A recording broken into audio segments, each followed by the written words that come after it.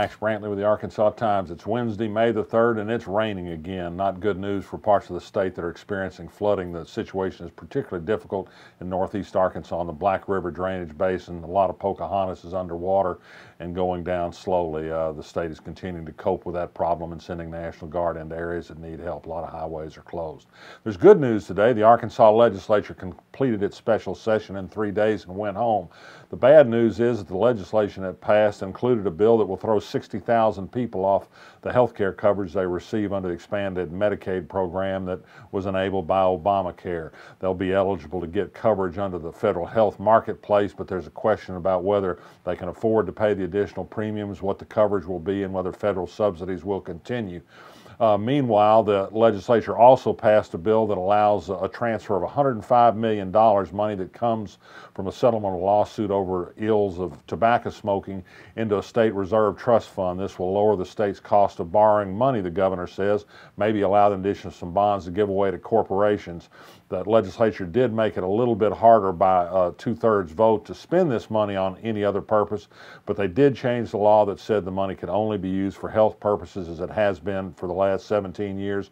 A number of legislators objected to breaking faith with the voters who approved this bill that specifically said the money should only be used for health care. Perhaps a trust fund could be used to match some Medicaid money. We'll certainly have a need for it. There's budget problems in state government. The governor recently cut the state budget for the remainder of this year, which ends June 30th, by $70 million. It was announced late yesterday that the state's going to have to cut next year's budget by another $43 million, again because the revenue is forecast to come in a little bit less than thought before. Now the budget's going to increase a slight bit, not much. It's more than $5 billion, but this will mostly be dedicated to Medicaid costs, and it won't provide anything like what's necessary to meet rising costs and everything from education to public safety to prisons and all the rest. So there's hard times ahead for the state, I think, although there are a lot of legislators that are still anxious for more tax cutting, which has gotten us a little bit in this tight position in the first place. Well, yesterday afternoon, the Little Rock City Board gave the public a chance to speak finally about crime in the city, and they got an earful, particularly from a lot of people who live in the inner city and that part of town south of Interstate 630, which is predominantly minority. They say the city has been ignoring their pleas for help until crime started moving into some white neighborhoods. They see some racism and some classism and what's going on.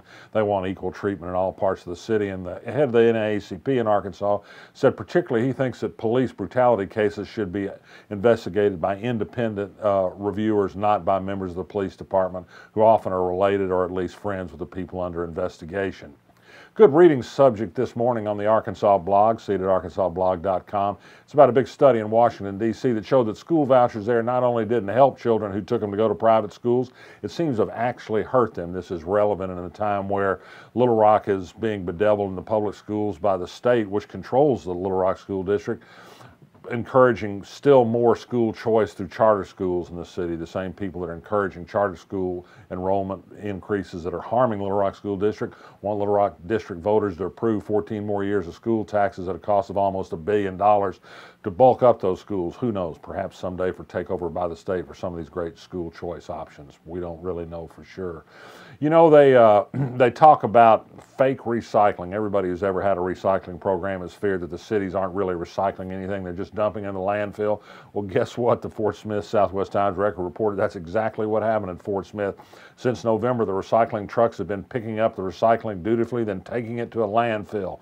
It's a problem with getting a vendor to do the recycling. They say they're going to fix it, but perhaps they broke a little bit of faith in Fort Smith. I forgot to mention the one big news item that did happen at the close of the legislature. Immediately after adjournment, the House met in a rare and fairly unusual House caucus session to adopt a rule that would set up a procedure for House impeachment of public officials. Nobody was named, but everybody knows, and it was acknowledged in floor speeches.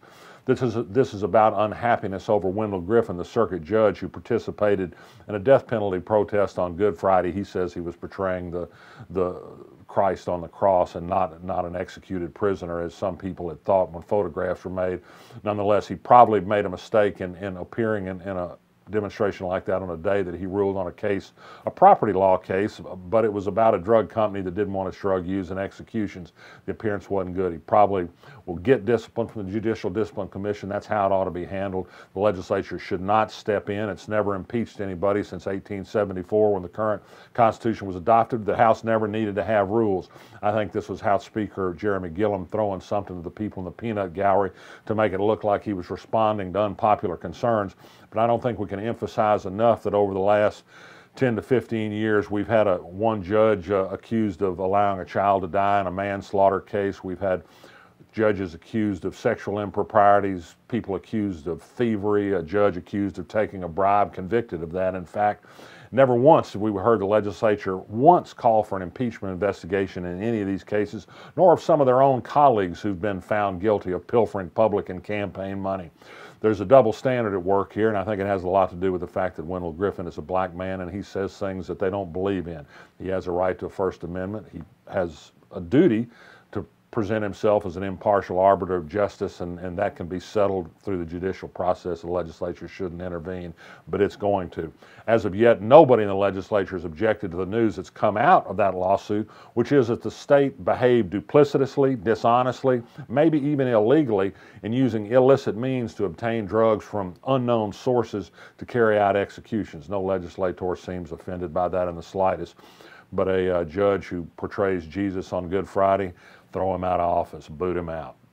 Finally, big news in Washington today. James Comey, the FBI director, says he'd do it again, even though it makes him a bit nauseous to admit that, yes, releasing the letter about a renewed investigation of Hillary Clinton perhaps affected the outcome of the presidential election. He also mentioned, by the way, that the Russians are still meddling in American politics. U.S. senators don't seem too concerned about that. They still want to talk about Hillary's email server and blame her, not James Comey or the Russians, for the fact that she lost the election. She certainly bears some responsibility. But if you may remember, the press said it was a game changer when James Comey released that letter. The New York Times covered its front page with 6 or 7 stories about it. Now they're complaining that Hillary thinks that, yes, maybe it was a game changer. Imagine that. Well, I'm Max Brantley. I'm resisting some of this stuff. You can too. I'll be back tomorrow. Thanks a lot.